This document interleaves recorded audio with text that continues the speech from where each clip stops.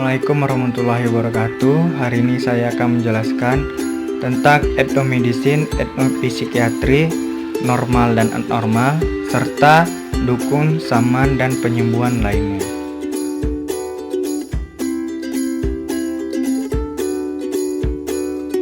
Etnomedicine.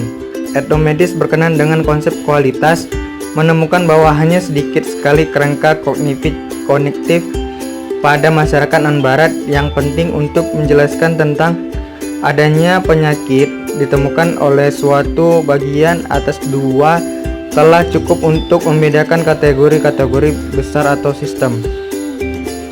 Menurut kerangka etnomedicine, penyakit dapat disebabkan oleh dua faktor. Pertama, penyakit yang disebabkan oleh agen seperti dewa, lelembut, makhluk halus, manusia, dan sebagainya. Pandangan ini disebut pandangan personalistik. Penyakit juga disebabkan karena terganggunya keseimbangan tubuh, karena unsur-unsur di dalam tubuh seperti panas, dingin, dan sebagainya. Kajian ini disebut naturalistik.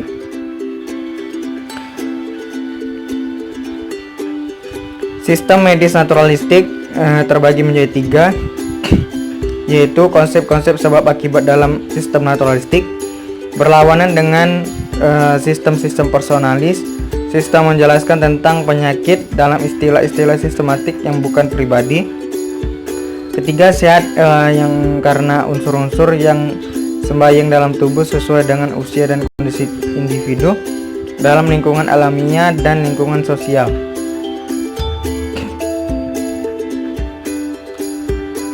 Yin dan Yang dari Cina. Pengobatan tradisional Cina mewakili kasus tentang konsep sentral dalam kosmologi Cina.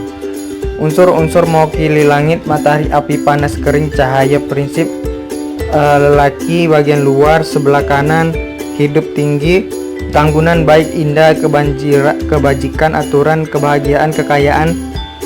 Dengan kata lain, segala unsur yang positif. Unsur Yin mewakili bumi, bulan, air, dingin, kelembapan, kegelapan. Prinsip kewanitaan bagian dalam, bagian kiri, kematian, rendah, tidak agung, jahat, buruk, keculasan, kekacauan, dan kemiskinan. Singkatnya bersifat negatif. Unsur emosi dalam teori penyebabnya yaitu etiologi komprehensif dan terbatas. Etiologi personalistik merupakan bagian dari sistem penjelasan yang lebih komprehensif, sedangkan etiologi naturalistik sebagian besar terbatas dalam masalah penyakit. Etnopsikiatri. Perhatian awal para ahli antropologi terhadap penyakit mental mulanya sangat jauh dari etnomedicine. Perhatian mereka itu mulai dari pemahaman atas hubungan antara kepribadian dan kekuatan budaya yang berpengaruh dan membentuk kepribadian. Sebagai ahli antropologi medis, menaruh perhatian terhadap serangkaian pertanyaan berhubungan dengan konsep normal dan abnormal dalam lingkungan lintas budaya, dengan konsep-konsep pribumi mengenai gangguan psikiatri, cara-cara penyembuhan, dan topik-topik lainnya. Ada beberapa pertanyaan ditangani oleh para antropologi, yaitu definisi budaya tentang normal dan abnormal, serta bagaimana penyakit jiwa yang diakui oleh definisikan dalam masyarakat lain di luar masyarakat Amerika. Kedua, menjelaskan non-barat tentang penyakit jiwa. Bagaimana dapat mengkaji etiologi penyakit fisik non-barat, kita juga dapat melakukan sonawat terhadap penyakit jiwa. Cara dari segi budaya untuk menangani tingkah laku menyimpang yang didefinisikan sebagai abnormal, ahli-ahli antropologi bertanya siapa yang menyembuhkan, bagaimana caranya, dan teori-teori serta tujuan apakah yang mengobati mereka. Para ahli antropologi terutama menaruh perhatian tentang pengendalian tingkah laku siklik yang memegang melalui peranan yang secara sosial diinginkan seperti biasa dalam kasus Rahman. Definisi budaya tentang normal dan abnormal. Rosenhan menyimpulkan bahwa suatu label psikiatri mempunyai kehidupan dan pengaruh tersendiri. Sekali berbentuk impresi bahwa pasien menderita skizofrenia, harapan yang adalah bahwa ia akan selamanya demikian. Setelah melewati suatu periode tanpa ada gejala-gejala lagi, pasien dapat dianggap telah mereda dan siap untuk dilepaskan. Namun, cap tetap melekat setelah ia diizinkan pulang dengan harapan yang tidak tegas bahwa ia akan bertingkah laku sebagai seorang penderita skizofrenia lagi. Label psikiatri seringkali merupakan ramalan dari yang direalisir sendiri oleh pasien, keluarganya, dan oleh kawan-kawannya. Pada akhirnya pasien juga menerima diagnosis tersebut dengan segala tuntutan harapan dan bertingkah laku seperti yang diinginkan itu. Argumen terhadap pemberian label. Dengan kata lain, pencarian gejala harus mendahului penelitian tentang duplikasi atau verifikasi kategori-kategori barat tentang penyakit jiwa. Bahwa hal ini bukan pekerjaan yang mudah. Anegorta mencatat bahwa dalam laporannya tentang konsepsi psikosis yang berbeda-beda di Afrika Timur, suatu katalog yang berbeda. Cara-cara budaya dalam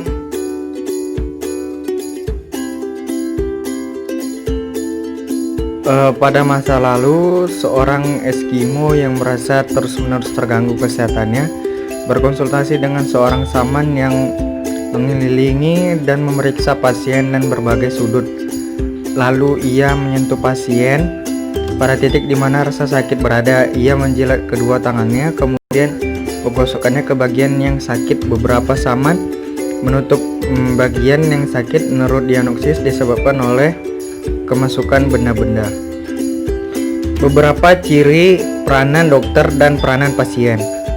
Peranan dokter dan peranan pasien seperti halnya perasaan lain, yaitu saling melengkapi dan saling tergantung yang satu dengan yang lainnya. Kedua peran itu ditandai oleh ciri-ciri yang berbeda, yaitu terbatas universal, bahwa pada setiap masyarakat jumlah orang yang diakui dapat menyembuhkan amat terbatas. Setiap orang yang jatuh sakit sehingga menjadi pasien. Permanen temporer, berkenaan dengan kenyataan bahwa bagi banyak penyembuh peran itu adalah universal, sedangkan peranan bagian terhadap pasien namun keadaan itu bersifat kontemporer. Atas bawahan. Dimensi atas bawahan menggambarkan hierarki antara penguasa dan yang mentaati yang dalam tiap masyarakat menandai hubungan dokter pasien. Sukarela, non sukarela. Sejauh yang menyangkut peranan pasien yang bersangkutan, biasanya peranan itu dilihat sebagai bersifat non sukarela. Sifat universal dalam peranan penyembuhan. Dipandang dari perspektif lintas budaya, para dokter menunjukkan ciri-ciri yang sama dalam hal spesialisasi, seleksi pendidikan, perasaan citra keprofesionalan, harapan akan pembayaran, dan keyakinan akan kekuatan mereka. Dalam kebanyakan masyarakat, mereka juga dilihat kurang lebih dalam pandangan ambivalen oleh masyarakat. Ciri-ciri persamaan ciri-ciri premis profesional sistem pelayanan perawatan kesehatan dipandang dari perspektif lintas budaya. Yang pertama itu ada spesialisasi. Dalam masyarakat barat, spesialisasi medis telah semakin menjadi aturan. Pengobatan penyakit dalam bedah dengan banyak spesialisnya.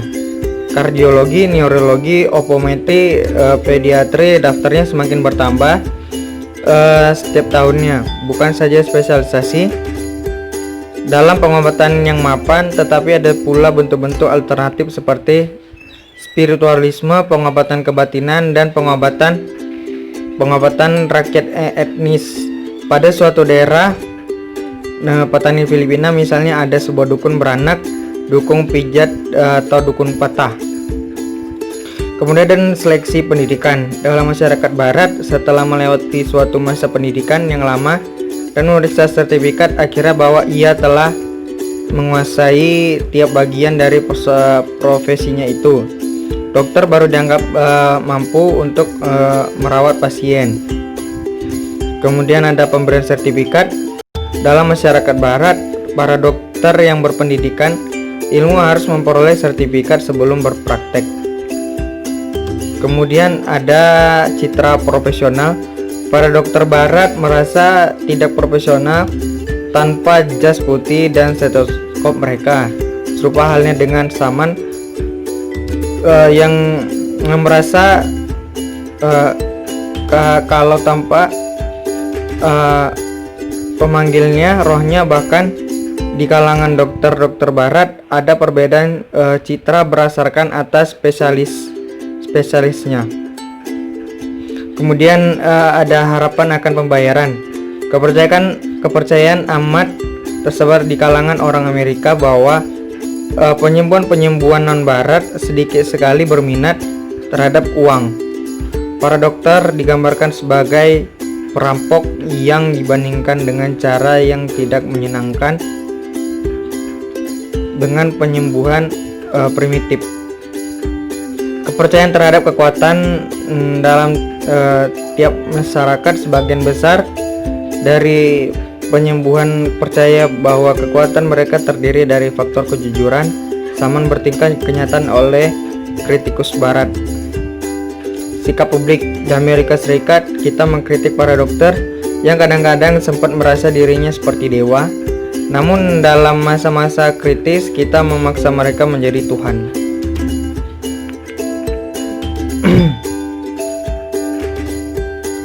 Kemudian ada komunikasi. Dari berbagai kesulitan yang ditemukan dalam wawancara pengobatan, baik dalam lingkaran barat maupun non-barat, dan dalam praktek pengobatan barat budaya, masalah yang berhubungan dengan komunikasi dokter-dokter pasien mungkin merupakan yang paling umum. Dan mengikuti merupakan yang paling umum dari inti permasalahannya dapat diletakkan